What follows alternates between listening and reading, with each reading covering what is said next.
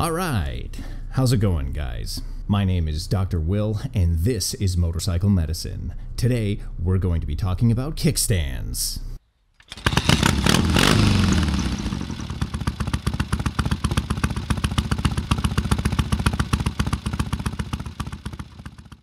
The humble kickstand. What could anyone say about a kickstand? Seems like there wouldn't be much to know. Well, you'd be wrong. A kickstand can also be called a side stand. Don't confuse this with a center stand. When you set your motorcycle down, you use the side stand usually.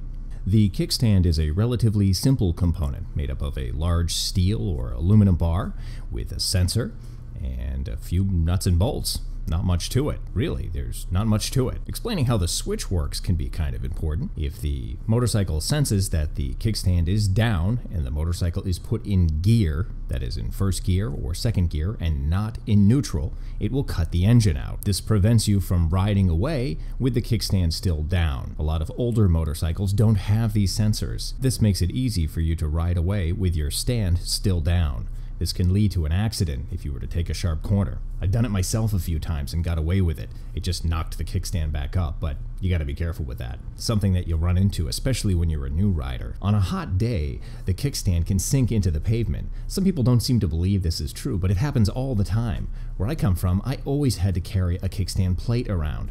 There are other options as well. You can also add on to the footprint of your kickstand by buying these add-on devices, or you can just weld some crap onto the end. If you don't have a kickstand plate with you, you can always grab something off the ground. Usually I look for something like a soda can or even a plastic bottle can keep your kickstand from sinking into the ground very quickly. One thing you'll have to consider if you change the ride height of your motorcycle is the kickstand, believe it or not. Raising the rear ride height of the motorcycle especially will either raise or lower the kickstand off the ground. This changes the angle at which the motorcycle sits when you lean it over onto the stand. On one of my older bikes, I raised the rear suspension a lot, and I actually had to lengthen the kickstand by a few inches. When I laid it down without doing so, it looked as though the motorcycle was about to fall over. Alternatively, if you were to lower the motorcycle, you'll need to consider the fact that your motorcycle will stand more upright and become less stable. One tip for new riders is that when you park your motorcycle, you actually want to turn the handlebars as far to the left, that's counterclockwise, as possible. This allows the bike to sit a little bit lower on the side stand and increases stability by lowering the center of gravity. If you need to adjust the height of your kickstand, there are different options available, especially on eBay, although I don't know if I trust anything on eBay that comes from China because I've even gotten some metal parts that looked like they were made out of metal but were actually made out of some kind of fake plastic. It's actually not terribly expensive to have a welding shop either lengthen or shorten your kickstand. I think I paid something like $15 or $20 to have this done. I can't remember, but it wasn't a lot of money. The funny thing is, the first time I got it back, they had actually welded it on backwards, and I felt kind of stupid bringing it back, but you know, they did fix it in like 5 minutes. One little tip that you should know when working on your motorcycle: if the side stand is down and the motorcycle is sitting on it,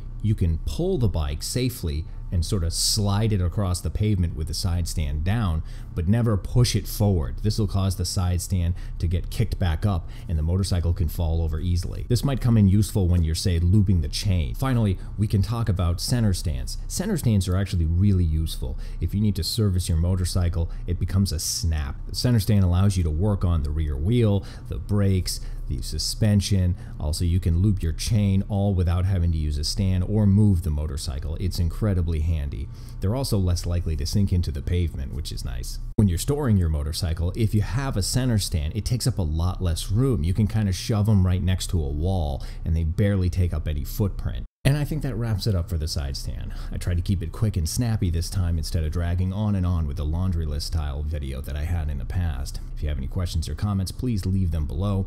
If you have topic suggestions for future videos, be sure to let me know as well. Be sure to visit my website for some additional materials, and thanks for watching. My name is Dr. Will, this is Motorcycle Medicine, and we just learned a tiny bit about kickstands.